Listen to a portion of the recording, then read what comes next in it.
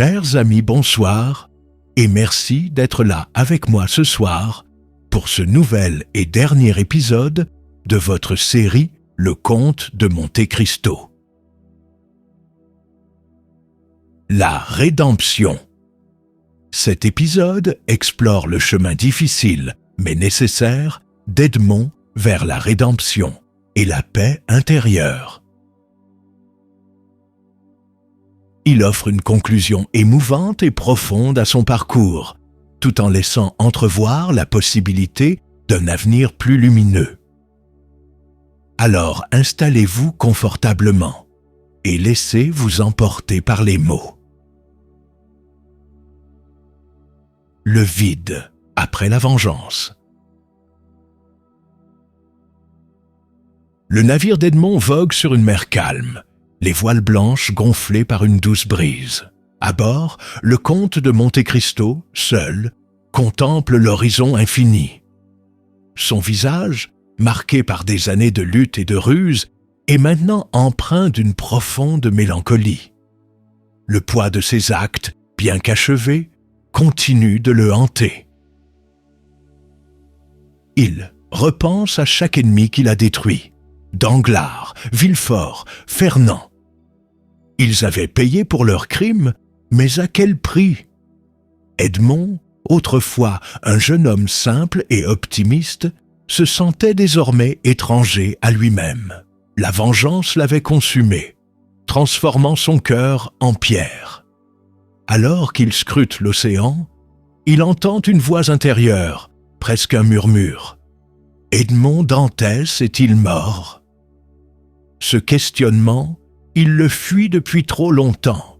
La vengeance l'avait défini pendant des années, mais avec son achèvement, il se retrouve face à un abîme. Il décide d'écrire une lettre à Haydée et Maximilien qu'il avait laissés sur l'île de Monte Cristo. Dans cette lettre, il exprime ses doutes, ses remords et son besoin de trouver une raison de continuer. Il leur annonce son intention de voyager, seul, pour chercher un sens à sa nouvelle vie.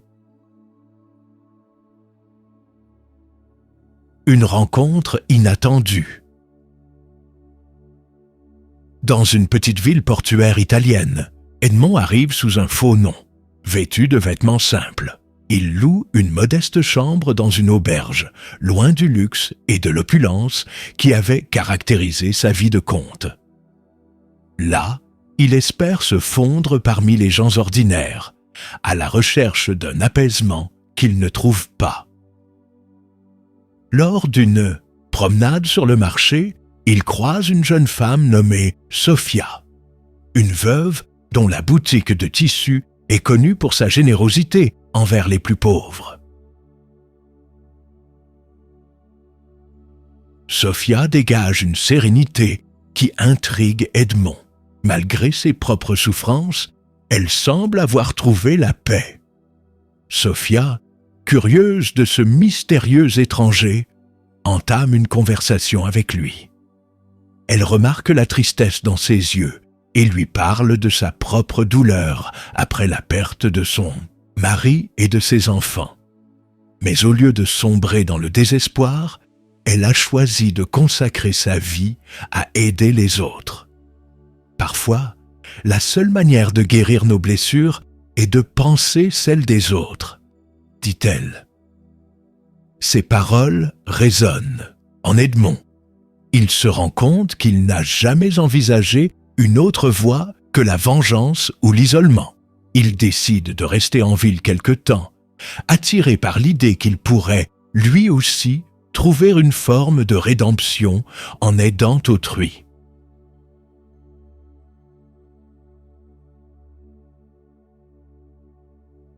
La lumière dans les ténèbres. Edmond commence à travailler auprès de Sophia, distribuant des vivres et des vêtements aux plus démunis de la ville. C'est un travail humble, loin de la grandeur et des complots qui avaient rythmé sa vie. Mais dans ces gestes simples, il ressent un apaisement qu'il n'avait pas connu depuis des années. Un jour, alors qu'il aide à reconstruire une maison détruite par une tempête, il rencontre un vieil homme nommé Lorenzo.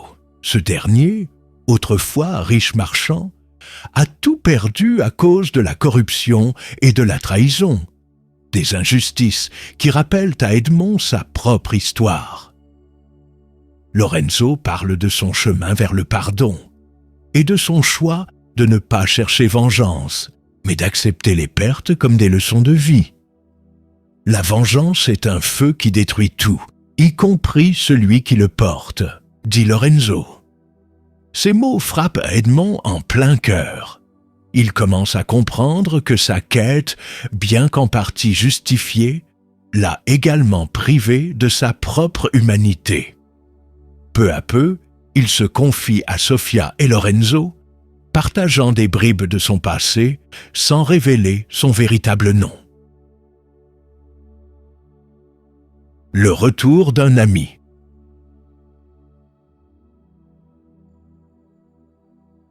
Alors qu'Edmond semble trouver un fragile équilibre, une silhouette familière apparaît à l'auberge où il séjourne. Maximilien Morel, inquiet du silence de son mentor, l'a retrouvé grâce à des informations obtenues auprès de marins. Maximilien, surpris par l'apparence modeste et le comportement changé d'Edmond, lui demande pourquoi il s'est isolé ainsi. Leur conversation, intense et émouvante, explore les conséquences de la vengeance sur Edmond.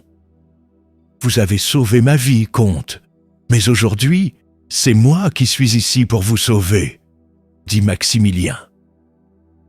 Maximilien insiste pour qu'Edmond retourne à Paris ou à Marseille, où il pourrait reconstruire sa vie. Mais Edmond explique qu'il a besoin de trouver sa propre voie, loin de son passé. Touché par la détermination de son ami, Maximilien décide de rester quelques jours en ville. Il observe le travail qu'Edmond accomplit avec Sofia et les habitants, réalisant que cet homme autrefois consumé par la vengeance cherche désormais la paix par des actions altruistes. L'aube d'un nouvel espoir après le départ de Maximilien, Edmond commence à se sentir plus léger. Sa transformation intérieure est lente, mais réelle. Il accepte enfin que la paix ne viendra pas d'une vie tournée vers le passé, mais d'une ouverture vers l'avenir.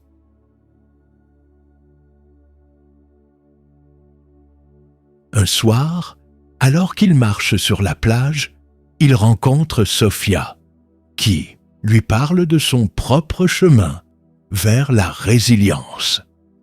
Elle lui raconte comment elle a trouvé la force de continuer à vivre en croyant qu'il y avait toujours une lumière au bout du tunnel, même dans les moments les plus sombres. Inspiré par cette conversation, Edmond décide de prendre un nouveau départ. Il utilise une partie de l'or qu'il avait caché sur l'île de Monte Cristo pour financer la construction d'un refuge dans la ville, où les plus démunis pourront trouver de l'aide. Il n'y mettra pas son nom, préférant rester dans l'ombre. Mais ce projet devient sa manière de transformer sa souffrance en espoir pour les autres. Imaginez une scène où Edmond, vêtu simplement, se tient devant le refuge en construction. Le soleil se lève à l'horizon, illuminant son visage avec une chaleur douce et réconfortante. Pour la première fois depuis des années, il se sent en paix. C'est sur cette image que cette belle histoire se termine. Merci d'avoir regardé cette vidéo jusqu'au bout.